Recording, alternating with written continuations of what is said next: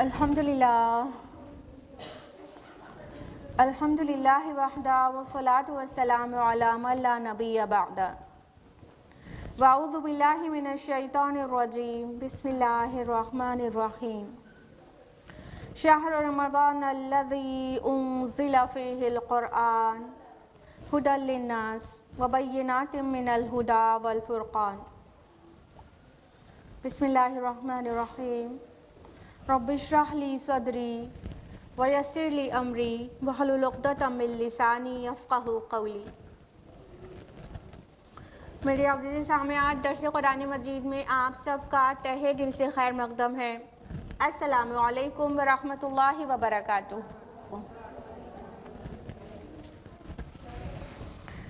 Zoom پر موجود audience کا بھی ویلکم ہے۔ سب سے پہلے آپ لوگ اپنی خیریت بتاتے ہیں نا، تو بتائیے کیسے ہیں آپ لوگ؟ الحمدللہ اچھے، بہت اچھے، الحمدللہ۔ اللہ تعالیٰ آپ کو اچھا رکھے، صراط مستقیم پر رکھے، بہت خوشحال رکھے اور دنیا اور آخرت دونوں میں کامیابی سے نوازے، آمین۔ درس قرآن میں کون سی سورہ چل رہی ہے؟ سورہ انبیاء۔ لاسٹ ویک ہم لوگوں نے سورہ انبیاء میں کہاں تک جانا تھا؟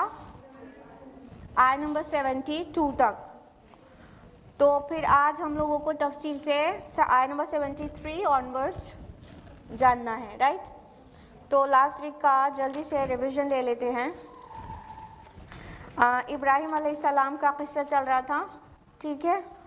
تو ابراہیم علیہ السلام کے متعلق یہ ساری چیزیں ہم لوگوں نے جانی تھی کہ ان کو جب آگ میں ڈال دیا گیا تو اللہ تعالیٰ نے انہیں حفاظت سے بچا لیا، ان کو بالکل بھی انجری کوئی بھی طرح کی نہیں ہونے پائی، اور پھر ابراہیم علیہ السلام کو ہجرت پیش آئی اور وہ ابراہیم علیہ السلام اور ان کے بھتیجے لوط علیہ السلام وہاں سے نکلے ہجرت کے لیے، ٹھیک ہے؟ اور اللہ تعالیٰ نے ان پر اپنی جو نعمتیں کی تھیں وہ یاد دلائی کہ اللہ تعالیٰ نے ان کو اس کے بعد اسحاق اور یعقوب نافلہ آیا کہ اسحاق کے بعد یعقوب، یعنی بیٹے تو اسحاق تھے علیہ السلام اور ان کے بیٹے یعقوب علیہ السلام تھے، یعنی پوتے اسحاق علیہ السلام نوازا، اور ان سبھی کو اللہ تعالیٰ نے صالحین کی جماعت میں رکھا، ٹھیک ہے؟ تو یہاں تک ہم لوگوں نے جانا تھا۔ اب پھر آیت نمبر 73 آنورڈز ہم لوگ آج جانیں گے۔ آیت نمبر 73 ہے اعوذ باللہ من الشیطان الرجیم بسم اللہ الرحمن الرحیم وَجَعَلْنَاهُمْ أَئِمَّةً يَهْدُونَ بِأَمْرِنَا، اور ہم نے انہیں امام بنا دیا جو ہدایت دیتے تھے ہمارے حکم سے۔ وَأَوْحَيْنَا إِلَيْهِمْ فِعْلَ الْخَيْرَاتِ وَإِقَامَ الصَّلَاةِ وَإِيتَاءَ الزَّكَاةِ، اور ہم نے ان کی طرف وحی کی، نیک کام کرنے کی، نماز قائم کرنے کی اور زکوٰۃ ادا کرنے کی۔ وَكَانُوا لَنَا عَابِدِينَ، اور وہ سب کے سب ہماری بندگی کرنے والے تھے۔ اب اللہ سبحانہ و تعالیٰ اپنے انبیاء کا ذکر کر کے، یعنی فیملی آف ابراہیم علیہ السلام، ان کا ذکر کر کے فرمایا ہم نے ان سب کو امام بنا دیا۔ یہ ائمہ ورڈ آیا نا، ائمہ میں کیا ہوتا ہے؟ ائمہ کیا ہوتا ہے؟ امام کا پلیورل ہے، ٹھیک ہے؟ امام سنگولر ہے اور ائمہ پلیورل ہے۔ تو اللہ سبحانہ تعالیٰ فرما رہے ہیں کہ ہم نے ان سب کے سب کو امام بنا دیا، اور وہ نیک کاموں کا حکم دیتے تھے، لوگوں کو ہدایت دیتے تھے، نیک کاموں کے کرنے کی لیے انسپائر کرتے تھے اور آرڈر بھی دیتے تھے، ٹھیک ہے؟ تو دیکھیے اس سے پہلے والی آیت میں آیت نمبر 72 کہاں پر اینڈ ہو رہی ہے؟ وَكُلًّا جَعَلْنَا صَالِحِينَ، ان سب کو ہم نے صالح بنایا تھا۔ اب جو صالح ہوتا ہے نا تو وہ دوسروں کو بھی چاہتا ہے نیکی کی طرف آئیں، وہ اکیلے بیٹھ کے گولا کھینچ کے وہاں پر بیٹھ کے صالح نہیں رہ سکتا، ٹھیک؟ انبیاء علیہم السلام کی یہ پہلی بات تو ان کے اوپر اوبلیگیشن ہی تھا، اور غیر نبی کے لیے یہ بالکل وہ بھی اپنے اوپر اوبلیگیشن ہی کر لیتا ہے کہ اگر میں حق پر ہوں تو یہ حق دوسروں تک پہنچاؤں، اور اگر میں صالح ہوں تو دوسرے بھی صالح بن جائیں۔ وہ اپنے آپ کو صرف آگ سے نہیں بچانا چاہتا ہے بلکہ لوگوں کو بھی اچھائی کا حکم دیتا ہے۔ تو یہ سبھی جو انبیاء حضرات تھے ان کو اللہ تعالیٰ نے فرمایا کہ ہم نے ان کو امام بنا دیا، they were leaders، ٹھیک ہے، اور باقی لوگوں کو ان کا فالوور بننا تھا کہ وہ حق کی طرف لوگوں کو بلائیں۔ اور فرمایا ان کے بارے میں کہ ہم نے ان کی طرف وحی کی، نیک کام کرنے کی۔ تو وہ تو انبیاء تھے تو ان کی طرف وحی تو خیر وہ جو وحی اس معنی میں ہے جو صرف نبیوں کے پاس آتی ہے وہ ان کے پاس آتی تھی، لیکن یہاں اگر عام انسان مراد لیا جائے اور نبی بھی مراد لیا جائے تو یہاں پر کیا معنی لگے گا کہ نیک کام کرنے کی توفیق اللہ کی طرف سے ہی ہوتی ہے۔ وہ وحی جو ہے اللہ تعالیٰ دل میں نیک کام کرنے کی خواہش القاء کر دیتے ہیں، ٹھیک، یعنی اگر کوئی سوچ رہا ہو کہ وہ تو انبیاء تھے، ان کے دل میں وحی کر دی گئی کہ وہ نیک کام کریں اور نماز ادا کریں اور زکوٰۃ دیں، لیکن ہم لوگوں کے ساتھ تو ایسا نہیں ہے، ہمارے پاس وحی تو آتی نہیں ہے تو ہمیں توفیق نہیں ہوتی۔ بات یہ نہیں ہے، بات یہ ہے کہ جو حق پر چلنا چاہتا ہے اللہ تعالیٰ اسے توفیق دیتے ہیں، لیکن انسان چاہے مادہ پرستی کرنا اور اس کے سارے قول فعل اور ساری چیز دنیا کمانے کے لیے ہو اور اندر سے وہ متکبر ہو، حق پہنچتا ہو تو بھی انکار کرتا ہو، پھر وہ کہے کہ مجھے نیک کام کی توفیق ہوگی تو کروں گی، یا جب مجھے اللہ ہدایت دے گا تو میں بھی ہدایت پر آ جاؤں گی، تو اس کا جواب ہے واللہ لا یہدی القوم الفاسقین، اللہ تعالیٰ فاسق لوگوں کو ہدایت نہیں دیتا۔ سورہ توبہ سورہ نمبر 9 آیت نمبر 24۔ تو کس کو ہدایت دیتا ہے؟ جو ہدایت پانا چاہتا ہے۔ تو یہاں پر جو کہا گیا کہ ہم ان کو وحی کرتے تھے نیک کام کرنے کی، تو مطلب یہ ہوا کہ اللہ بات دل میں ڈال دیتا ہے، توفیق دے دیتا ہے، اور نماز قائم کرنے اور زکوٰۃ ادا کرنے کی۔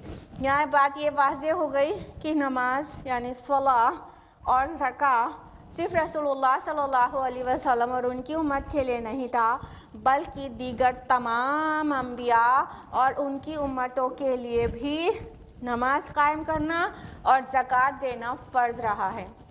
اب ظاہر بات ہے کہ وہ اس کی صورت الگ ہوگی، ہم نمازوں میں قرآن پڑھا کرتے ہیں تو دیگر اہل کتاب نمازوں میں اپنی کتابوں کا ریسیٹیشن کرتے تھے اور ان کی طریقہ سم تھنگ ڈفرینٹ ہو سکتا ہے، لیکن رکوع سجود سب کی نمازوں میں تھا اور شریعت الگ الگ تھی لیکن کچھ بنیادی چیزیں سب کے لیے تھیں، ٹھیک۔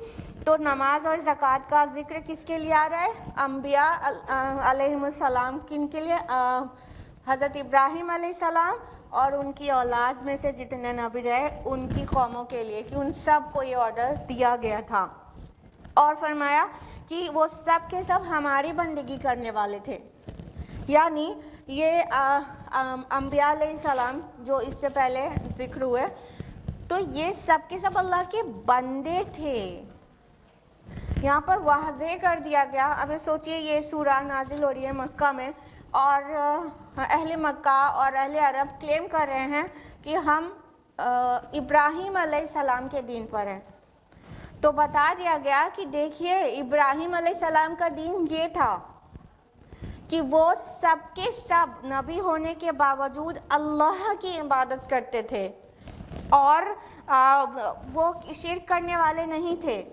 دوسری بات یہ کہ اتنے گریٹ ہونے کے بعد بھی وہ اپنی عبادت کروانے کے لیے نہیں بلاتے تھے کسی کو، وہ خود بندے تھے، شرک کا ایک شائبہ بھی نہیں تھا۔ کسی کے گریٹ پرسنالٹی ہونے سے وہ عبادت کے لائق نہیں ہو جاتا، ٹھیک ہے۔ یہ مطلب اور مذاہب میں ہوگا کہ کسی کو چڑھایا جائے گا تو اتنا چڑھا دیا جائے گا کہ میں تو آپ کی پوجا کرتا ہوں، ایسے تھوڑی ہوتا ہے۔ کوئی کتنا بھی انسانوں میں کوئی کتنا بھی اونچا ہو جائے لیکن عبادت کے لائق تھوڑی ہو جاتا ہے۔ تو یہ تمام انبیاء جو کہ نبوت اور رسالت دنیا کا سب سے بڑا عہدہ ہوتا ہے، اس عہدے پر فائز ہونے کے باوجود بھی اللہ کے بندے تھے، وہ اللہ ہی کی عبادت کرتے تھے۔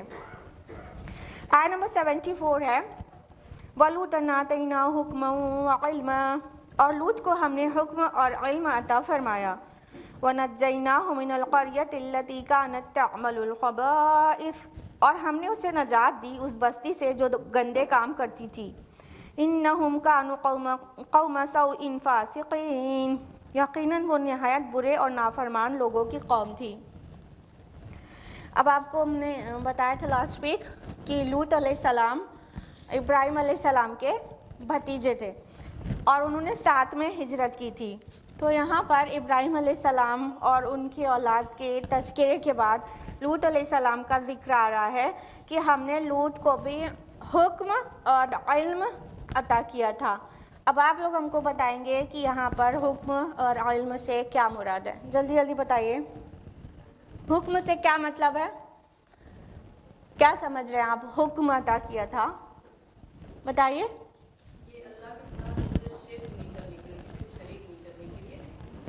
اللہ ایک ہے، اس کا حکم مطلب ہم سب پہ حکم عطا کیا تھا، حکم دینے کے لیے نہیں، حکم عطا کیا تھا. دیکھیں حکم لفظ ہا کاف میم سے ہے. اس حکمت کے بھی ہوتے ہیں اور اس کے معنی جب نبیوں کے لیے آئے تو نبوت کے بھی ہوتے ہیں. ٹھیک ہے، تو حکمت ورڈ بھی ہا کاف میم یہی روٹ لیٹرز سے بنا ہوا ہے.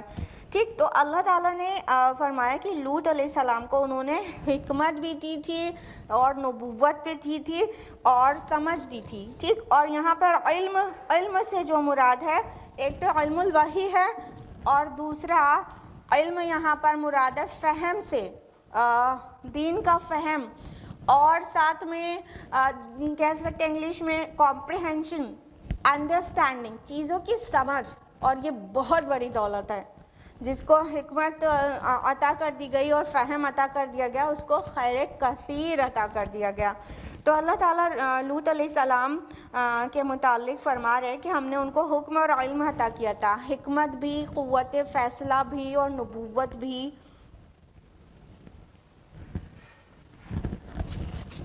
تو یہ ساری چیزیں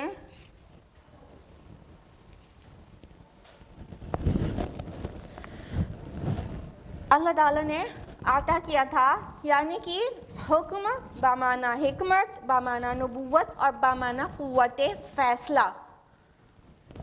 انسان کے اندر قوت فیصلہ ہو تو وہ کتنا اچھا لیڈر تبھی بن سکتا ہے، ادروائز وہ لیڈر تو بن ہی نہیں سکتا. اور ایک عام انسان بھی اس کو ٹائم ٹو ٹائم چیزوں میں فیصلہ کرنے کا موقع آتا رہتا ہے. تو یہ جو قوت فیصلہ ہے کہ چیزوں کو جج کر پانا اور صحیح ججمنٹ دینا، چاہے وہ اپنے خود کے لیے ہی ہو. ہم ایسی سچویشنز میں خود بہت بار آتے رہتے ہیں کہ یہ کروں کہ یہ کروں نا. تو یہ جو قوت فیصلہ ہے یہ بھی بہت بڑی نعمت ہے. تو یہ اللہ تعالیٰ نے فرمایا کہ لوط علیہ السلام کو عطا کیا تھا اور فرمایا ہم نے اسے نجات دی تھی اس بستی سے جو گندے کام کرتی تھی. کون سی بستی کا ذکر ہو رہا ہے سمجھ لیجئے؟ صدوم اور عامورہ کی بستیوں کی طرف لوط علیہ السلام اپوائنٹ کیے گئے تھے. ٹھیک ہے، تو صدوم کی بستی سے اللہ تعالیٰ نے انہیں نجات دی. کون سے برے عمل کرتے تھے قوم لوط؟ بتائیے. ہوموسیکشوالٹی. ٹھیک ہے، لواطت. تو یہ ان کے ون اینڈ اونلی سن نہیں تھا، یہ سب سے بڑا گندا گھنونا ان کا گناہ تھا. اس کے علاوہ اس قوم میں اور بھی کئی بری عادتیں تھیں. وہ راستوں میں بیٹھا کرتے تھے اور راہگیروں کو تنگ کیا کرتے تھے اور رہزنی کرتے تھے، جو راستوں سے گزرتے تھے ان کے مال لوٹ لیتے تھے. اور اس کے علاوہ وہ مجلس میں برے کام کرتے تھے. یعنی کہ ایک تو ہوتا ہے گناہ کا کام کرنا، برے کام، بے حیائی کا کام کرنا، یہ ایک گناہ ہوا. لیکن اس گناہ کو مجلس میں کیا جائے، سب کے سامنے کیا جائے، بے شرمی کے ساتھ کیا جائے، تو کیا ہوتا ہے کہ گناہ کی پبلسٹی ہو جاتی ہے، پھر دوسروں کو بھی اس گناہ میں لگنے کا چانس بڑھ جاتا ہے. تو یہ مجلس میں اوپنلی گناہ کمٹ کیا کرتے تھے. تو یہ ساری چیزیں ہیں قرآن مجید نے جو بیان کیا ان کے برے کاموں میں. تو کہا کہ وہ بہت بے حیائی اور برے کام کیا کرتی تھی ادر دین لواطت، ہوموسیکشوالٹی.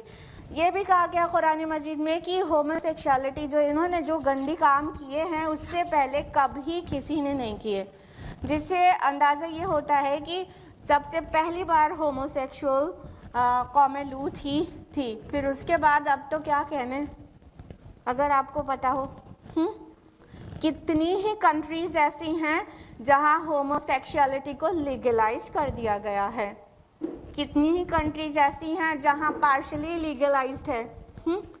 تو اب تو مطلب 21 سینچری میں جینے کا مطلب ہوتا ہے کہ ایک سے بڑھ کر ایک بے حیائی کے کاموں کو اپنے اوپر جائز کر لینا اور اس کا جسٹیفیکیشن دینا اور اس کو لیگل بنا دینا، اور یہ فریڈم کہلاتا ہے۔ لوط علیہ السلام کی قوم نے غالباً بگن کیا تھا، اور اب تو ہوموسیکشولز کو کچھ بری نظر گری نگاہ سے بھی نہ دیکھو، ٹھیک ہے وہ بھی ہوموسیکشولز ہیں، ٹھیک ہے فائن۔ تو یہ اب اس قوم سے فائنلی یہاں تک پہنچ گئی ہے انسانیت کہ وہ ہوموسیکشوالٹی کو اس نے لیگلائز کرا لیا اپنے اپنے کورٹ آف لا میں۔ فرمایا وہ نہایت نافرمان قوم تھی، تو یہ فلدی چیزیں کرنے کے علاوہ وہ اپنے رسول کی نافرمانی کر رہی تھی۔ رسول ان کو اس گندے کام سے روک رہے تھے لوط علیہ السلام، لیکن وہ ان کی نافرمانی کر رہی تھی، تو وہ اتنی فاسق اور نافرمان اور ناہنجار قوم تھی کہ پھر ان پر اللہ تعالیٰ کا عذاب بھی آپ کو پتہ ہے، ٹرپل پنشمنٹ ملی تھی ان کو، ٹرپل پنشمنٹ۔ اللہ تعالیٰ اتنا ناراض تھے۔ آج ہم سوچتے رہتے ہیں کہ ہماری دعائیں قبول کیوں نہیں ہوتی، آج ہم کہتے رہتے ہیں کہ اتنی مصیبتیں دنیا پہ کیوں نازل ہو رہی ہیں، یہ کووڈ-19 اور یہ انسانوں کا قتل عام اتنا کچھ کیوں کر ہو رہا ہے۔ تو دیکھ لیجئے کہ پہلے جب گناہ اور برائی کے کام کھل کر ہونے لگتے تھے تو کتنا بڑا عذاب آ جاتا تھا، چونکہ ان کے درمیان میں رسول موجود تھے۔ تو رسول جب کسی قوم کو دعوت دیتے ہیں، رسول نبی کی بات نہیں کر رہے، رسول جب کسی قوم کو کسی بات پر دعوت دیتے ہیں اور وہ قوم نہیں مانتی اور نافرمانی پر آمادہ رہتی ہے، تو اللہ تعالیٰ رسول کو وہاں سے نکال لے جاتا ہے اور اس قوم کو تباہ اور برباد کر دیتا ہے، نسیم منسیہ کر دیتا ہے۔ تو لوط علیہ السلام رسول ہے، انہوں نے اپنی قوم کو گندے اور فلدی تھنگس سے روکا، لیکن وہ نہیں مانی، اس قوم کو نیست و نابود کر دیا گیا۔ سدوم اور عمورہ کی بستیاں بالکل تباہ کر دی گئیں، آج وہاں پر ڈیڈ سی ہے، جو بھی چاہے دیکھ لے جا کر کہ مطلب یہاں پر وہ قوم وہ بستی آباد تھی، اور اس کی ڈیٹیلز تو آپ کو پتہ ہی ہوگا کہ وہاں پر بستیاں پلٹی ہوئی پائی گئی ہیں ڈیڈ سی کے اندر، ٹھیک ہے۔ تو یہ تھا۔ اب آج ہم جو اس سے ریلیٹ کریں کہ ہماری دعائیں کوئی کیوں قبول نہیں ہو رہی، اتنے مصائب کیوں آ رہے ہیں، ہمارے درمیان رسول نہیں ہے اس لیے ہم کو مٹا نہیں دیا جا رہا ہے اتنے گناہ کرنے کے بعد بھی۔ تو یہ چھوٹی کہنا چاہیے، اس کے سامنے چھوٹی ہی پنشمنٹ ہوئی، اس کے سامنے مطلب ان کی بستی کو پلٹ دیا گیا اور پتھروں کی بارش ہوئی اور ہلا ڈلا دیے گئے بالکل زلزلے سے اور چنگھاڑ سے، تو اتنی چیزیں ان کے ساتھ ہوئی، لیکن چونکہ رسول بنفس نفیس انہیں دعوت دے رہا تھا تو ان کی پنشمنٹ یہ تھی کہ ان کو تو مٹا ہی دیا گیا، فنش کر دیا گیا۔ آج رسول موجود نہیں ہے بنفس نفیس، لیکن اس کی تعلیمات ہیں اور اللہ کی کتاب ہے۔ آج بھی چیزیں ہو رہی ہیں تو اتنی بڑی پنشمنٹ تو یقیناً نہیں آ رہی ہے کیونکہ رسول درمیان میں نہیں ہے، لیکن وہ چیزیں تو ہوں گی نا کہ کبھی کوئی بیماری اتنا پھیل گئی تو کبھی کوئی رولر اتنا ٹائرنٹ آ گیا کہ کرش کر رہا ہے، تو یہ سب چیزیں بھی نہیں ہوں گی کیا؟ اگر اس سے ابھرنا ہے تو اجتماعی توبہ کرنی ہوگی، اجتماعی توبہ۔ اللہ تعالیٰ کو منا لے تو پھر اللہ تعالیٰ کی رحمت سایہ کرے گی، اور یہ روز کی مصائب سے امید ہے کہ انسان کو نجات مل جائے۔ تو سارے کارنامے تو انسان کرنا چاہتا ہے، پھر کہتا ہے ہماری دعائیں قبول نہیں ہوتی، اور پھر کہتا ہے کہ اتنی مصیبت کیوں گھیرے رہتی ہے، چاہے وہ فیملی لیول پر ہو اور چاہے وہ سوشل لیول پر ہو۔ تو اگر اسے مطلب اپنے کو بچانا ہے تو اجتماعی توبہ درکار ہے اور برے روش کو چھوڑنا درکار ہے، جس کو ہم لیگلائز کر بیٹھے ہیں۔ آیت نمبر 75 ہے وَأَدْخَلْنَاهُ فِي رَحْمَتِنَا إِنَّهُ مِنَ الصَّالِحِينَ، اور لوط کو ہم نے اپنی رحمت میں داخل کیا اور وہ ہمارے صالح بندوں میں سے تھا۔ تو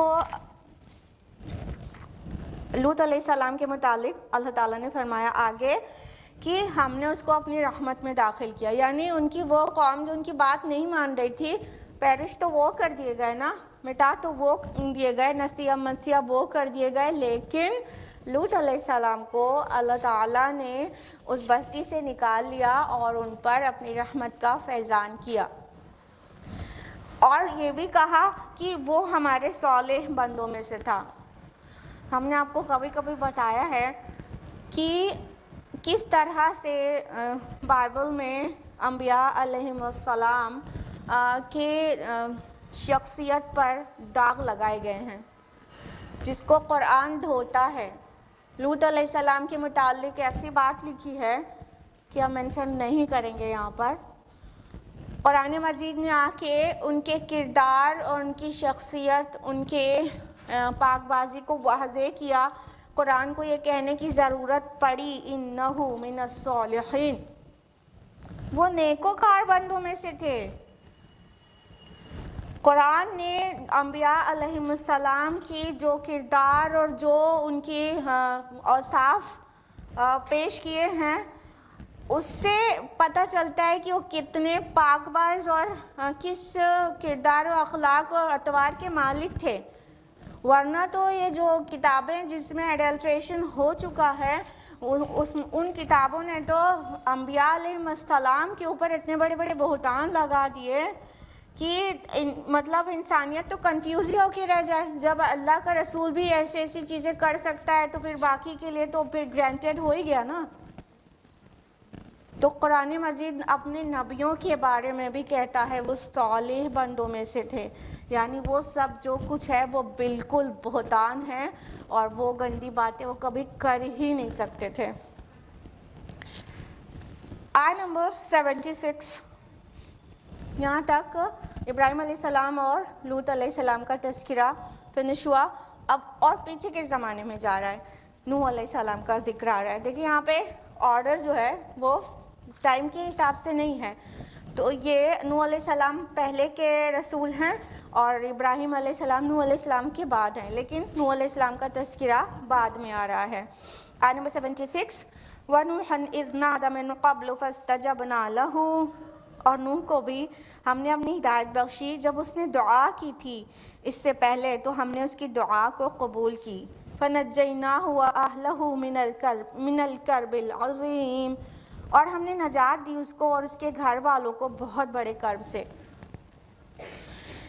اب نوح علیہ السلام کے متعلق مختصر میں یہاں پہ دیکھیں گے آپ انبیاء علیہ السلام کا اور ان کے اوصاف کا ایک گلدستہ ہے، اور بہت مختصر میں ان کا تذکرہ ہے، اور جو بھی تذکرہ ہے وہ انباء الرسول کے انداز میں نہیں، قصص النبیین کے انداز میں ہے۔ ٹھیک ہے، دونوں ٹرمز ہم اکثر یوز کرتے رہتے ہیں، اگر آپ کے لیے معروف ہو، نہیں تو مختصر میں بتا دیں کہ انباء الرسول جب رہے گا تو نبیوں کے وہ قصے جو نبی اللہ کی عدالت بن کر آئے تھے، رسول بلکہ کہنا چاہیے، اور ان کی قوم نے ان کی بات کو نہیں مانا تو پھر ان پر عذاب آ گیا، یہ انداز ہے انباء الرسول کا۔ ٹھیک ہے، قصص النبیین جب قصے کا انداز وہ ہو نبیوں کے جہاں پر اس طرح سے میسج دینا اور قوم کا نہیں ماننا اور ان کو پیرش کرنے کا کوئی ذکر نہ ہو، بلکہ ان کے دیگر قصص ہوں، تو وہ قصص النبیین کہلاتا ہے۔ ٹھیک ہے، تو یہ آیت نمبر 76 میں نوح علیہ السلام کا ذکر آیا ہے، وہ تفصیلاً نہیں آیا جیسا سورہ نوح میں آیا ہے، اعراف میں آیا ہے، یہاں پہ بس مختصر میں آیا ہے کہ ہم نے ان کو بھی ہدایت بخشی تھی اور ان کی دعا کو قبول کیا تھا جب انہوں نے مانگی تھی، جب پکارا تھا تو ہم ان کی پکار کو پہنچے تھے اور اس کا جواب دیا تھا۔ اب آپ لوگ بتائیں گے کہ نوح علیہ السلام نے کیا پکارا تھا، کون سی دعا کی تھی؟ کس ٹائم پر، جس کا یہاں پر ذکر ہو رہا ہے کہ جب انہوں نے ہم کو پکارا تو ہم ان کی پکار کو پہنچے تھے. بتائیں گے آپ لوگ پلیز؟ جی بتائیے.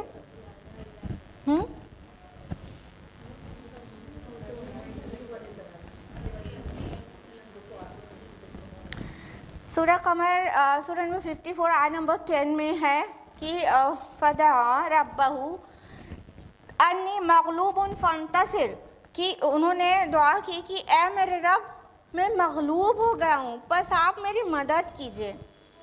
یعنی قوم نے جب ان کو ستایا کتنے سال تک ستایا؟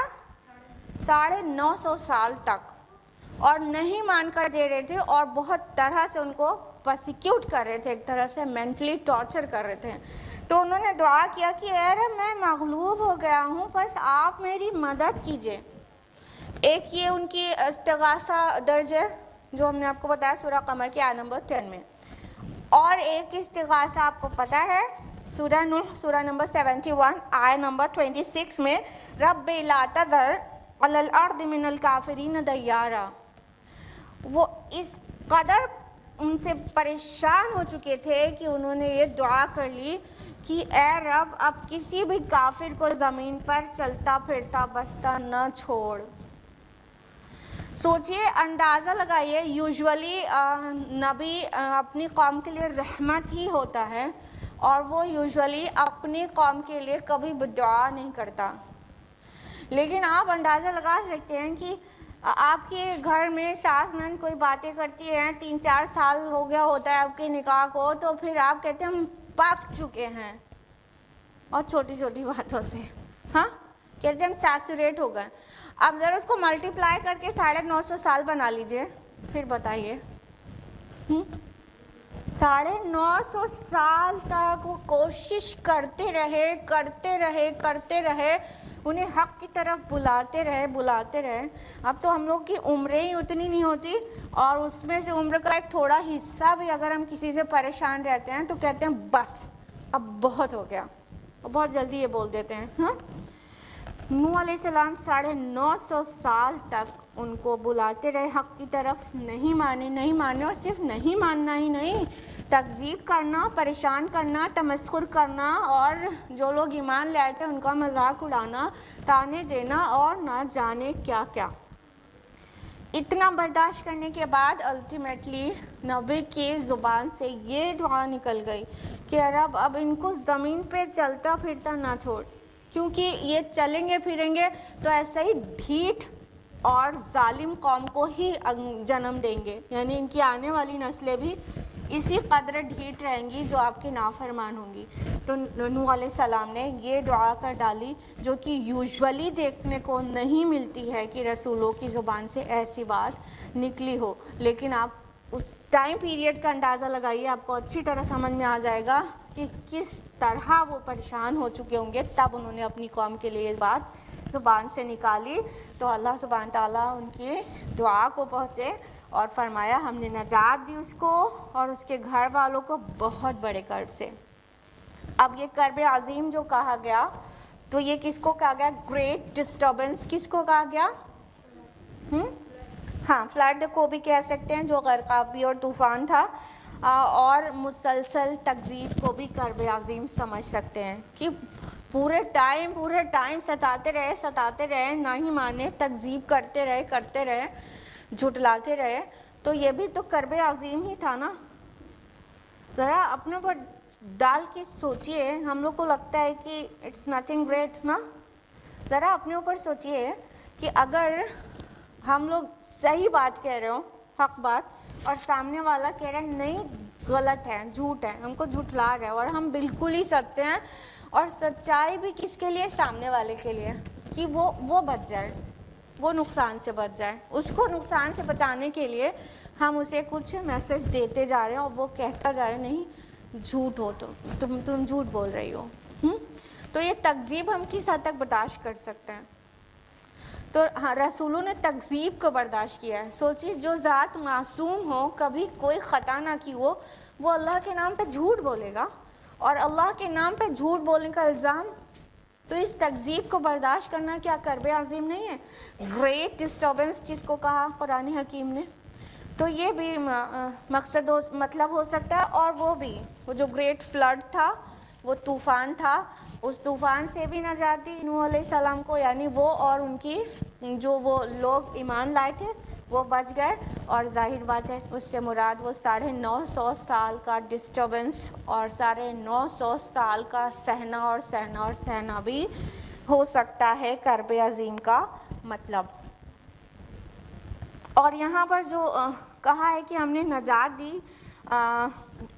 فَنَجَّيْنَاهُ وَأَهْلَهُ، ان کے اہل کو، تو یہ اہل کون ہے؟ ایگزیکٹلی، ماشاء اللہ، اللہ تعالیٰ آپ لوگ کے علم اور عقل میں مزید اضافہ کریں۔ ان کے اہل سے مطلب ان کی فیملی نہیں ہے، اور اگر فیملی ہے تو انٹائر فیملی نہیں ہے، کیونکہ ان کے کچھ بیٹے ان پر ایمان لائے تھے، لیکن ان کا ایک بیٹا جو قرآن ریکارڈ کرتا ہے اس کو کہ وہ ایمان نہیں لایا تھا، اور ان کی بیوی ایمان نہیں لائی تھی، ٹھیک ہے؟ تو یہ فیملی، یہ اہل سے مراد ان کی وہ فیملی نہیں ہے، ان اہل سے مراد وہ ایمان والے لوگ ہیں، مومنین ہیں، اہل دین ہیں۔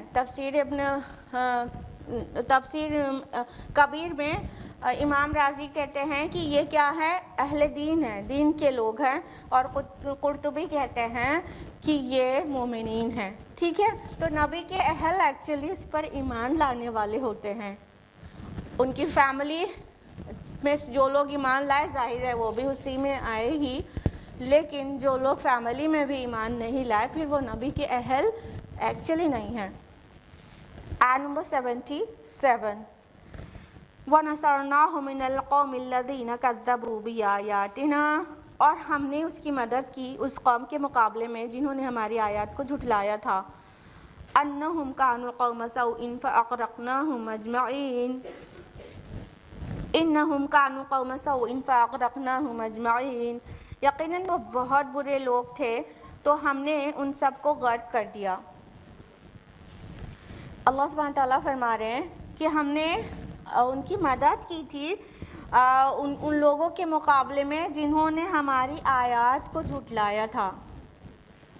تو اللہ کی نشانیاں، اللہ کی آیات تو پوری کائنات میں بکھری ہوئی ہیں، وہاں سے توحید کے دلائل ملتے ہیں کہ نہیں ملتے؟ ملتے ہیں؟ آپ لوگ غور اور کرتے ہیں کہ نہیں؟ سفر کرتے ہیں تو یا تو پھر صبح ہوتی ہے تو چڑیاں چہچہاتی ہیں تو یا اراؤنڈ کچھ بھی دیکھتے ہیں، اسپیشلی کچھ خاص سینز دیکھتے ہیں جو روز روز دیکھنے کو نہیں ملتے، اس وقت غور اور کرتے ہیں کہ نہیں؟ اللہ تعالیٰ کا یہ حق بنتا ہے کہ نہیں کہ ہم اس کی کریشن میں غور کریں؟ اور اللہ تعالیٰ ہم کو قرآن مجید میں بار بار اس چیز کو انکریج کرتا ہے کہ نہیں کہ ہم غور کریں، ٹھیک؟ تو اگر ہم اللہ تعالیٰ کی آیات میں غور و فکر کریں گے جو کہ ہمارے نفوس کے اندر بھی ہیں اور جو کہ پورے ہورائزن میں بکھری ہوئی ہیں، تو بھی توحید کے دلائل پا لیں گے نا۔ تو اللہ تعالیٰ کی طرف جب کوئی اللہ کا نبی، اللہ کا بندہ بلائے تو اس کی تکذیب کرنا تو اللہ تعالیٰ کی ساری آیات کی کو جھٹلا دینا ہو گیا نا، اللہ کی ساری نشانیوں کو جھٹلا دیا نا، کیونکہ وہ جو جس چیز کی دعوت دے رہا تھا اس چیز کو ویریفائی پوری کائنات مل کے کر رہی تھی، اس چیز کو کنفرم کر رہی تھی جو رسول جس طرف بلا رہا تھا۔ پھر اگر رسول کی نہیں مانی اور پھر اس پر کتاب نازل ہوئی تو اس کتاب کو نہیں مانا تو پوری دنیا کائنات کی نشانیوں کو بھی ہم نے سمجھ لیجیے جھٹلا ہی دیا، کیونکہ وہ اس کے کمپیٹیبل تھا۔ جو نشانیاں ہیں اللہ تعالیٰ کی، آیت مینس نشانی ہوتی ہے نا، آیات مینس نشانیاں، سائنس، تو وہ سائنس ہم نے جھٹلا دیا ایک طرح سے۔ تو اللہ تعالیٰ فرما رہے ہیں کہ ہم نے اس کی مدد کی اس قوم کے مقابلے جنہوں نے ہماری آیات کو جھٹلایا، تو اگر انہیں کچھ صحیفے دیے گئے ہوں گے تو اس کو جھٹلا مقصود ہو سکتا ہے، یا تو پھر پوری جو آفاق اور انفس میں بکھری ہوئی اللہ تعالیٰ کی نشانیاں ہیں جس سے ہم اسے پہچان سکتے ہیں، اس کو بھی جھٹلانا مقصد ہو سکتا ہے۔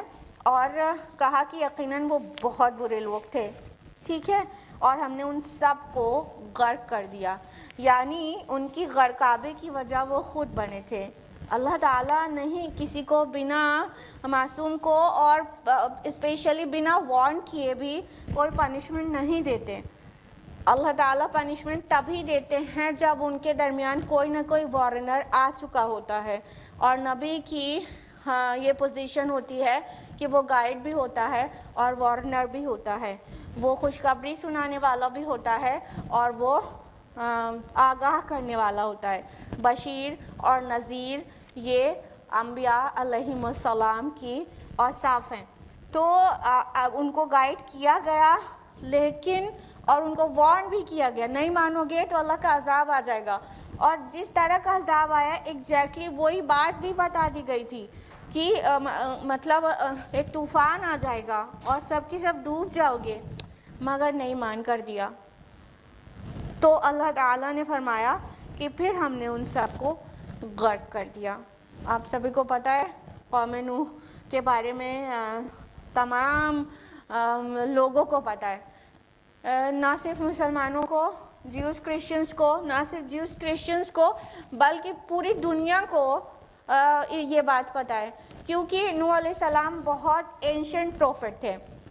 اور اس کے بعد چاہے آسمانی کتابوں میں ایسے وہ چیز لی جائے یا ایون لوگوں کی زبان سے یہ بات ٹرانسمٹ ہوتی رہی تھی جنریشن ٹو جنریشن کہ ایک بہت بڑا طوفان آیا تھا جس میں سب کچھ ڈوب گیا تھا. تو چاہے مطلب مسلمز ہو یا اہل کتاب ہوں یا نہ بھی ہوں، یہ تینوں ریلیشن کے لوگ نہ بھی ہوں، باقی لوگوں کو بھی پتہ ہے.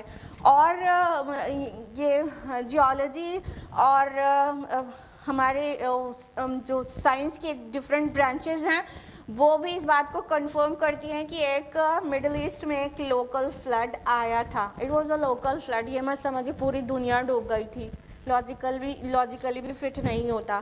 بائبل میں ہے کہ یہ یونیورسل فلڈ تھی لیکن قرآن ایسا اس کو کنفرم نہیں کرتا. لوکل فلڈ تھی وہ. اور لوکل فلڈ مطلب وہ جو مڈل ایسٹ کا پورا ایریا ہے وہ پورا غرقاب ہو گیا تھا. تو وہ ایریا جہاں پر نوح علیہ السلام اور ان کی قوم آباد تھی وہ پورا اراؤنڈ کا ایریا پورا غرق ہو گیا تھا. تو یہ تمام لوگوں کو اس بات کے بارے میں پتہ ہے. تو ایسی چیزیں پتہ رہیں تو اس سے نصیحت حاصل کرنی چاہیے یا تو بس کہانی بنا کے سن لینا چاہیے. جب اللہ تعالیٰ قوم نوح کو غرق کرنے پر قادر ہے تو ہم اور آپ اس کی نافرمانی کریں تو ہمیں بھی کسی پنشمنٹ میں کیا پکڑ لینے پر قادر نہیں ہے؟ بالکل ہے. اور آتی ہی رہتی ہے چیزیں لیکن ہم اس نظر سے نہیں دیکھتے کہ اللہ کی طرف سے عذاب ہے. ہماری نظریں بدل گئی ہیں. ہم اگر الہ آباد میں کوئی فلڈ آ جاتا ہے چھوٹا سا تو ہم پکنک اسپاٹ بنا کے وہاں گھومنے چلے جاتے ہیں دیکھنے کے لیے. یہ ہماری نظریں بدل گئی ہیں. ہم کو عبرت کی نظر سے دیکھنا چاہیے. کوئی بھی ڈیزاسٹر ہو، کلیمٹی کوئی بھی آ جائے تو ہم عبرت کی نظر سے اس کو دیکھیں اور اس سے لیسن لیں اور اللہ اور رسول کی نافرمانی کرنا چھوڑیں. بلکہ یہ اس نظر سے دیکھتے ہی نہیں، چلے جاتے ہیں پکنک اسپاٹ بنا کے وہاں گھوم کے آتے ہیں. کہاں جا رہے ہو بھائی؟ ارے وہ باڑ دیکھنے جا رہے ہیں. چلو گی. یہ اللہ تعالیٰ ہدایت دے. آیت نمبر 78. داؤد و سلیمان اذ یحکمان فی الحرث اذ نفشت فیہ غنم القوم. اور داؤد اور سلیمان کو بھی جب وہ ایک کھیتی کے بارے میں فیصلہ کر رہے تھے جب اس میں گھس گئی تھیں کچھ لوگوں کی بکریاں. وَكُنَّ لِحُكْمِهِمْ شَاهِدِينَ. اور ہم ان کے فیصلے کے وقت وہاں موجود تھے.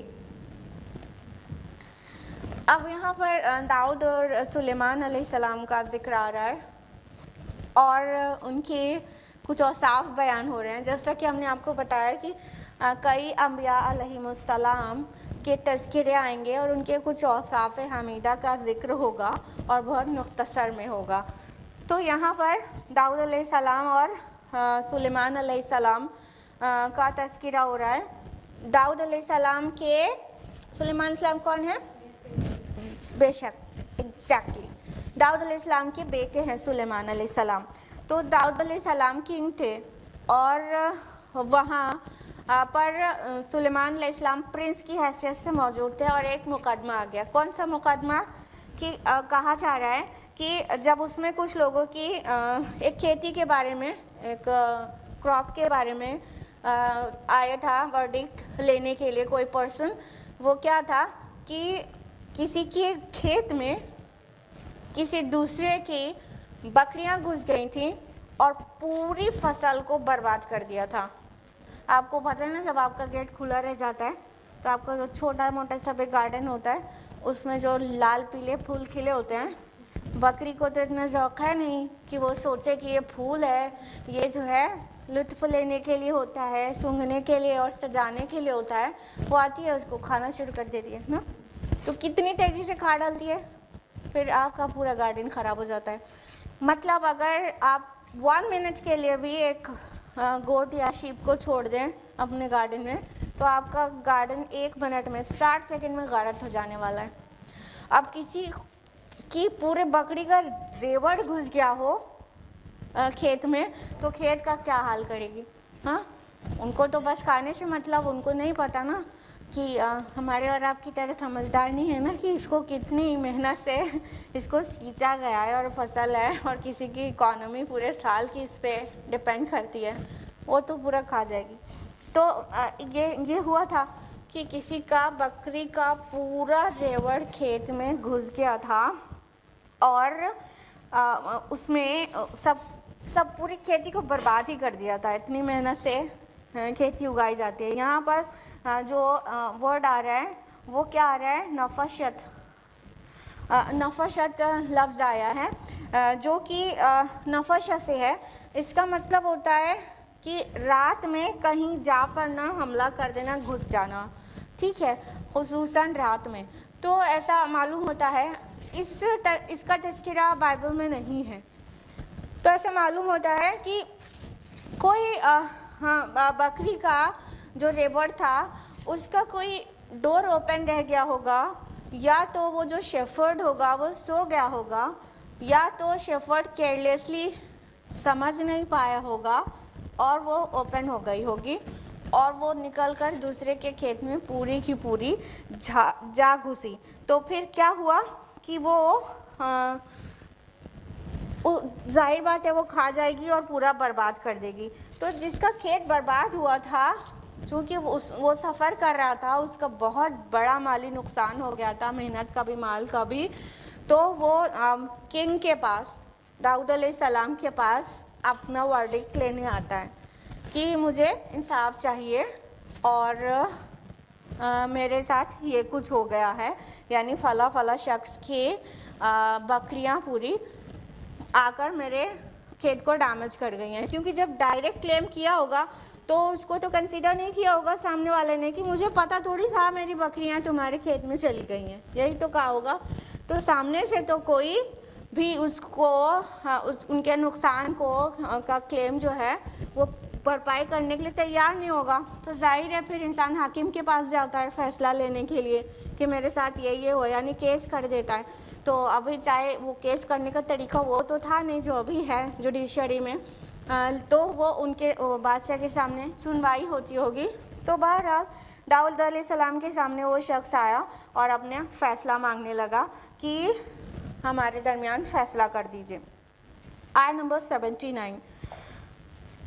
فَفَهَّمْنَاهَا سُلَيْمَانَ، تو ہم نے فہم عطا کر دیا اس کے فیصلے کا سلیمان کو. وَكُلًّا آتَيْنَا حُكْمًا وَعِلْمًا، اور ہر ایک کو ہم نے حکم اور علم عطا کیا تھا. وَسَخَّرْنَا مَعَ دَاوُدَ الْجِبَالَ يُسَبِّحْنَ وَالطَّيْرَ، اور ہم نے مسخر کر دیا تھا داؤد کے ساتھ پہاڑوں کو جو تسبیح کرتے تھے اور پرندوں کو بھی. وَكُنَّا فَاعِلِينَ، اور یہ سب کچھ کرنے والے ہم ہی تھے. جب داؤد علیہ السلام کے پاس فیصلے کے لیے کیس آیا تھا تو داؤد علیہ السلام نے جو تحقیقات کی تو پتہ چلا کہ بکری کی جو مالیت تھی وہی کھیت کا جو کراپس تھا وہ کلٹیویٹ ہوتی تو اس کی مالیت بھی آلموسٹ برابر کی تھی.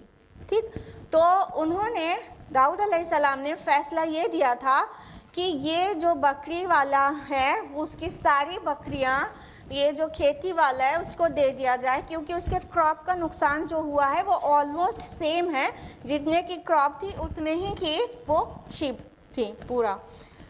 تو یہ فیصلہ داؤد علیہ السلام نے دے دیا تھا، اور سلیمان علیہ السلام ایز اے پرنس وہاں پر موجود تھے۔ کہنے کا مطلب وہ ان کے بیٹے تھے تو وہاں پر وہ کم عمر تھے، مطلب وہ اس وقت بہت میچور اور بہت بڑی عمر کے نہیں تھے، لیکن کم عمر کے تھے، لیکن اللہ تعالیٰ فرما رہے ہیں کہ ہم نے اس کا فہم سلیمان کو دے دیا۔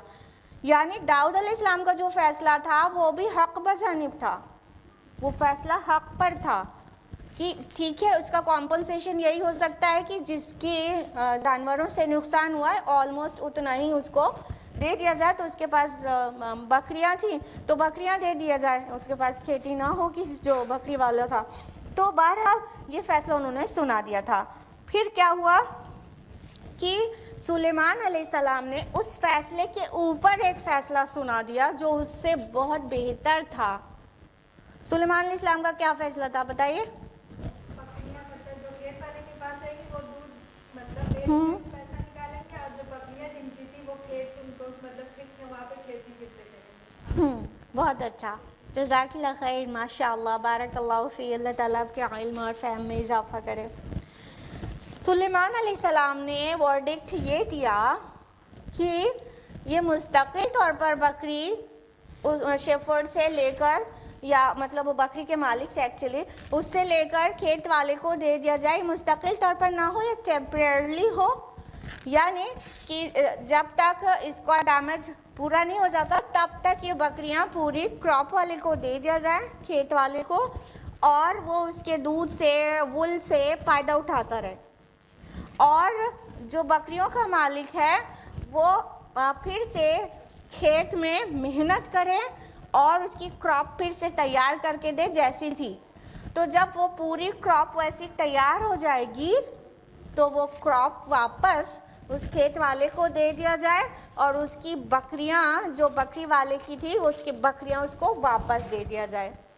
تو یہ اور اچھا فیصلہ تھا، یہ اور وائز ورڈکٹ تھا کہ مستقل طور پہ دے دیا جاتا تو پھر اس کو بھی آئندہ کی اپنی انکم کا پرابلم ہوتی، فائنینشیل پرابلم ہوتی، اور ادھر اس کی پرابلم یہی تھی نا کھیت والے کی کہ اس کی جو محنت تھی اور اس کا جو پورا مطلب اس سے جو کلٹیویٹ کر کے اسے ارننگ ہونے والی تھی اس کا نقصان ہوا تھا۔ تو ٹیمپریرلی جب تک اس کو بکری کے دودھ اور وول سے فائدہ ہوتا رہا، جب تک وہ کراپ واپس تیار نہیں ہو گئی، اور کراپ تیار ہو گئی تو اب اپنا مین چیز وہاں سے تم اپنا اکانومی کو بیلنس کرو، سیل کرو کلٹیویٹ کر کے، اور وہ بکری والوں کو واپس بکری دے دی جائے گی اتنے دن کے بعد۔ تو یہ اور بہت وائز فیصلہ تھا جو کہ اللہ تعالیٰ کہہ رہے ہیں فَفَهَّمْنَاهَا سُلَيْمَانَ، جس کا فہم ہم نے سلیمان کو دے دیا۔ تو اس میں غور کرنے والی باتیں کیا کیا ہیں دیکھ لیجئے۔ پہلی بات تو یہ جو وزڈم ہے، یہ فہم ہے، جو کمپریہنشن ہے، یہ کوگنیشن ہے، کوگنیٹیو ایبلٹی، یہ اللہ کی دی ہوئی ہوتی ہے۔ ہم لوگ کیا سمجھتے ہیں، ہم بہت انٹیلیجنٹ ہیں تو ہم اپنے ہی کالر کھڑے کیے رہتے ہیں، اور تکبر تو سر چڑھ کے بولتا ہے، سر چڑھ کے۔ جس کے پاس عقل تھوڑی کم ہوتی ہے اس کو ہم خاطر میں بھی نہیں لاتے ہیں۔ تو یہ ہمارا کوگنیشن، یہ کمپریہنشن، یہ انڈرسٹینڈنگ، یہ چیزوں کو سمجھنے اور فہم کی صلاحیت یہ اللہ تعالیٰ کی عطا کردہ ہوتی ہے۔ سلیمان علیہ السلام کے متعلق اللہ تعالیٰ نے کیا کہا، فَفَهَّمْنَاهَا، ہم نے اس کو فہم دے دیا۔ ٹھیک ہے، یہ نہیں کہا وہ اتنا سمجھدار تھا۔ تو جب سلیمان علیہ السلام کو کی طرف منسوب نہیں کیا گیا ان کی سمجھ کو، تو ہماری سمجھ کو ہم اپنی طرف منسوب کیسے کر لیتے ہیں؟ کیسے؟ جو ہے اس پر اللہ کا شکر کرنا چاہیے۔ اس کے علاوہ بھی بہت ساری باتیں یہاں پر واضح ہوتی ہیں۔ مطلب فقہاء نے جو اس سے پوائنٹس نکالے ہیں اس کو بھی سمجھ لیجئے۔ ایک بات تو اجتہاد کے متعلق سمجھ لیجئے۔ اجتہاد کے متعلق یہ حدیث ہم آپ کو پہلے بھی ایک دو بار کئی بار سنا چکے ہیں۔ صحیح بخاری کی حدیث ہے، عمرو بن عاص رضی اللہ عنہ راوی ہیں کہ اللہ کے رسول صلی اللہ علیہ وسلم فرماتے ہیں کہ اگر کوئی مجتہد اجتہاد کرے گا، یعنی سچویشن میں فیصلہ کرنا، ٹھیک ہے، جس کا شریعت سے کوئی سیدھا وہ نہ مل پا رہا ہو ایویڈنس، ٹھیک، اپنی سمجھ سے اپنے انٹلیکٹ کو استعمال کر کے فیصلہ کیا جائے، تو یہ اجتہاد کہلاتا ہے، یہ آپ لوگ کو کئی بار بتاتے رہتے ہیں۔ تو کوئی مجتہد فیصلہ کوشش کر کے حق پر جانب فیصلہ کرے گا تو اسے 2 نیکی ملے گی، ڈبل اجر، ٹھیک ہے۔ کوئی مجتہد اپنی کوشش کر کے فیصلہ دے گا لیکن وہ حق نہیں ہوگا تو بھی 1 نیکی ملے گی، گناہ نہیں ملے گا، ٹھیک ہے۔ تو اجتہاد وہ عمل ہے کہ حق کا فیصلہ ہوا تو بھی 2 نیکی، اور فیصلہ حق نہیں ہوا چونکہ اجتہاد تھا، شریعت سے اس کا کوئی ایویڈنس نہیں مل رہا تھا، جو بات شریعت میں مل جا رہی ہے وہ نہیں کہ اب منمانی سے فیصلے کریں گے، کلیئر ہے نا اجتہاد کا مطلب۔ تو اگر فیصلہ غلط بھی ہو گیا تو بھی مجتہد کو 1 نیکی ضرور ملے گی، اس نے کوشش کی تھی بٹ الٹیمیٹلی وہ پہنچ نہیں پایا، اس نے اپنی فہم لگایا تھا، تو مجتہد کے لیے تو یہ ہے۔ اس کے علاوہ ابو داؤد اور ابن ماجہ کی حدیث ہے جس میں اللہ کے نبی صلی اللہ علیہ وسلم فرماتے ہیں قاضی 3 طرح کے ہوتے ہیں، ایک قاضی جنت میں جائے گا اور 2 جہنمی ہیں، ٹھیک۔ جنت میں جانے والے قاضی کا جو وصف بتایا گیا کہ وہ یہ کہ جب حق واضح ہو جائے تو حق کے مطابق فیصلہ دے۔ قاضی کا مطلب جج ہوتا ہے، ہم لوگ کے دماغ میں قاضی کی الگ پکچر ہے، جج کی الگ پکچر ہے، قاضی مطلب جج، ٹھیک ہے۔ تو جب قاضی یعنی جج پر حق واضح ہو جائے تو حق کے مطابق فیصلہ دے، یہ جنتی قاضی ہے، ٹھیک۔ ایک قاضی وہ ہوتا ہے جس پر حق واضح ہو جائے لیکن فیصلہ حق کے مطابق نہ دے، یہ کہا جائے گا جہنمی قاضی ہے۔ تیسرا بھی قاضی ہوتا ہے جو وہ بھی جہنمی ہے کہ بغیر علم و فہم کے فیصلہ کرنے بیٹھ جائے، علم نہیں ہے اور فیصلہ کرنے کے لیے بیٹھ گئے، وہ بھی جہنمی قاضی ہے۔ ہر کام کا ایکسپرٹ ہوتا ہے، تو فیصلہ کرنا ہو تو اس کا علم بھی تو ہونا چاہیے، جب شریعت کا علم ہی نہیں ہے تو فیصلہ کیا خاک صحیح کر پائیں گے۔ اور جاہلوں کے ہاتھ میں جب باغ ڈور چلی جاتی ہے ملت کی، یا وہ جج بن جاتے، قاضی بن جاتے ہیں، تو پھر آپ کو پتہ ہے بیڑا غرق ہو جاتا ہے ملت کا نا، تو وہ قاضی بھی جہنمی ہے۔ یہ 3 طرح کے قاضی ہیں، علی حدیث یاد کر لیجئے، حق واضح ہو جائے تو حق کے مطابق فیصلہ دے، وہ جج جنتی ہے، باقی 2 ہیں جو وہ جہنمی ہیں، حق واضح ہونے کے بعد حق کے خلاف فیصلہ دے اور علم ہوئے بغیر فیصلہ کرنے بیٹھ جائے، تو یہ دونوں جہنمی قاضی ہیں۔ اس کے علاوہ اس آیت سے فقہاء نے اور کیا کیا چیز اخذ کی ہے اس کو بھی سمجھ لیجئے۔ اس آیت سے کیا پتہ چل رہا ہے کہ اظہار حق میں کوئی شرم اور ادب اور لحاظ نہیں ہونا چاہیے۔ اب دیکھیے سچویشن میں جائیے کہ داؤد علیہ السلام نبی ہیں، ٹھیک ہے، بڑے ہیں، والد ہیں، بادشاہ ہیں، اتنی ساری ان کی پوزیشن ہے، اور سلیمان علیہ السلام ان سے چھوٹے ہیں، ابھی وہ بادشاہ بھی نہیں ہیں، عمر میں چھوٹے ہیں، بیٹے ہیں ان کے، ٹھیک، لیکن انہوں نے ایک فیصلہ دیا، وہ بھی حق تھا، یہ ہم نے آپ کو بتایا نا، اجتہاد جب کیا جائے تو اگر حق نہ بھی ہو تو بھی نیکی ملتی ہے، حالانکہ وہ فیصلہ بھی بالکل ہی حق تھا۔ اب یہ ڈیپینڈ کرتا ہے کہ کس کا کوگنیشن لیول کتنا زیادہ ہے تو وہ کتنا بہتر فیصلہ کر سکتا ہے، ٹھیک۔ تو داؤد علیہ السلام کا فیصلہ بھی حق تھا، لیکن اس سے بہتر ان سے چھوٹے ان کے بیٹے کے دماغ میں اللہ نے ڈالا تو انہوں نے بولا، تو اس سے کیا پتہ چلا؟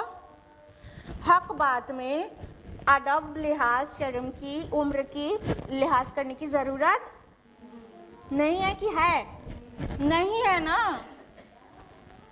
ہمارے یہاں تو بچے بولنے لگے، اگر ماں کو سکھانے لگے کہ تم اب ہوش میں ہو، الٹی گنگا بہا رہے ہو، بچپن سے تمہیں انگلی پکڑ کے چلنا ہم نے سکھایا، آج تم چلے ہو ہم کو سکھانے، جبکہ ایسا نہیں ہے۔ ان کی زبانیں بند نہیں کریں, حق پر اگر وہ ہوں تو ان کی سننا چاہیے اور ان کی بات کو اوپر رکھنا چاہیے. الٹیمیٹلی فیصلہ کس کا نافذ ہوا؟ سلیمان علیہ السلام کا, جو نہ ہی بادشاہ تھے اور موسٹ پروبیبلی نہ ہی تب تک نبی تھے. ٹھیک ہے, وہ تو چھوٹے تھے. تو ایک بات یہ واضح ہوتی ہے. دوسری بات یہ کہ جو حق ہے, جو فیصلہ ہے, اگر چھوٹا ہے, بڑا ہے یا کوئی اور ہے, قاضی کے علاوہ کئی بار اسے وہ پوائنٹ کو واضح کرنا واجب ہوگا, لیکن کئی بار مستحب ہوگا. سچویشن سے سمجھ میں آ جائے گا, آپ کو پوائنٹ سمجھ میں آ گیا ہوگا.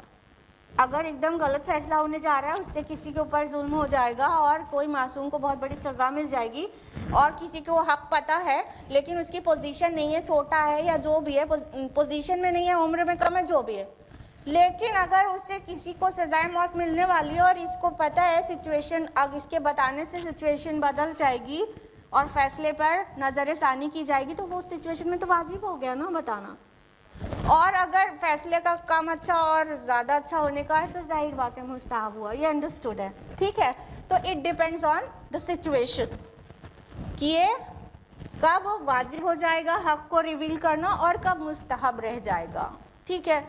تیسری بات یہ سمجھ میں آئی کہ ایک قاضی کا فیصلہ دوسرے قاضی کے فیصلے کو منسوخ کر سکتا ہے. یعنی اگر کوئی قاضی, کوئی جج پہلے جج سے بہتر فیصلہ دے رہا ہے تو پہلے کا منسوخ ہو جائے گا اور قابل عمل دوسرے قاضی کا فیصلہ ہو جائے گا. اس میں کوئی شرعی قباحت ہے کہ نہیں ہے؟ نہیں ہے. اس کے علاوہ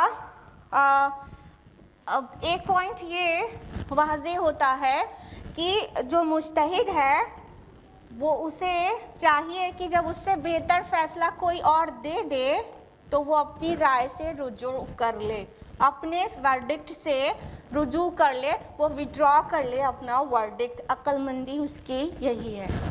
ٹھیک ہے, یہ پوائنٹ واضح ہوا. بچے کوئی بات کہہ رہے ہیں وہ زیادہ صحیح ہے, آپ بچے کی اماں ہیں, آپ کی بات اس سے کم صحیح ہے, آپ اپنے فیصلے کو وڈرا کر لیجئے, آپ اپنے میٹر کو وڈرا کر لیجئے. ٹھیک, اور اس میں اکڑ نہیں آنی چاہیے کہ وہ تم تو ہم سے چھوٹے ہو, ہم نے تم کو سکھایا ہے, تم چلے ہو آج ہم کو سکھانے. کلیئر ہے؟ تو اتنی باتیں ایٹ لیسٹ ہمارے سامنے آتی ہیں. اسی آیت میں ہم لوگوں نے جانا کہ اللہ تعالیٰ نے سلیمان علیہ السلام کو نوازا تھا, عقل, فہم, دانش, کوگنیشن, کمپریہنشن جس کو کہتے ہیں, اس سے نوازا تھا اور علم عطا کیا تھا, اور فرمایا کہ ہم نے مسخر کر دیا تھا داؤد کے ساتھ پہاڑوں کو جو تسبیح کرتے تھے اور پرندوں کو بھی. اس کے بہت سارے ایکسپلینیشنز ہیں الگ الگ. ابھی ٹائم کی کمی کی وجہ سے ہم لوگ بہت شارٹ میں سمجھیں گے. کچھ لوگ کہتے ہیں کہ مطلب داؤد علیہ السلام جب تلاوت کرتے تھے زبور کی تو وہ ایکو جو پہاڑ میں ہوتا ہے اس ایکو کو کہا گیا ہے کہ وہ پہاڑ بھی تسبیح کرتے تھے. اور کچھ نے اپنی تعویلات دی, کچھ نے اپنی تعویلات دی. بہرحال یہ بات سمجھ میں آتی ہے کہ جب داؤد علیہ السلام زبور پڑھتے تھے تو اتنی خوبصورتی سے پڑھتے تھے کہ جو پہاڑ اور پرندے وہ سب ان کے ساتھ ہو کر, اس کا فارم کیا ہوتا تھا وی ڈونٹ نو نا, کیونکہ ہر ایک چیز اللہ کی تسبیح کرتی ہے اور تم نہیں جانتے ان کی تسبیح کو, تم نہیں سمجھ سکتے.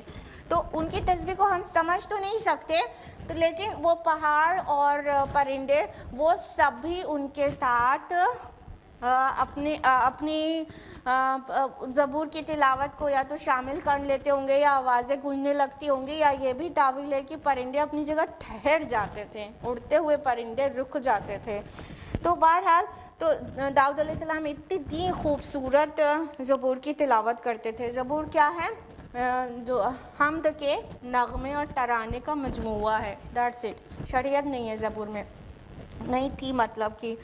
تو یہ فرمایا اور اس سے واضح ہوتا ہے کہ ایک حدیث اگر آپ نے سنی ہو، اللہ کے رسول صلی اللہ علیہ وسلم گزر رہے تھے، ابو موسیٰ اشعری رضی اللہ عنہ قرآن کی تلاوت کر رہے تھے اور اتنی خوبصورت آواز میں کر رہے تھے، تو اللہ کے نبی صلی اللہ علیہ وسلم وہیں ٹھہر گئے تھے، سنتے رہے۔ جب انہوں نے تلاوت مکمل کر لی تو رسول اللہ صلی اللہ علیہ وسلم نے فرمایا کہ اس کو داؤد کے جو کوالٹیز تھی ان میں سے ایک کوالٹی دی گئی ہے، یعنی جو تلاوت ہے، تلاوت داؤد جیسی اس کو دی گئی ہے۔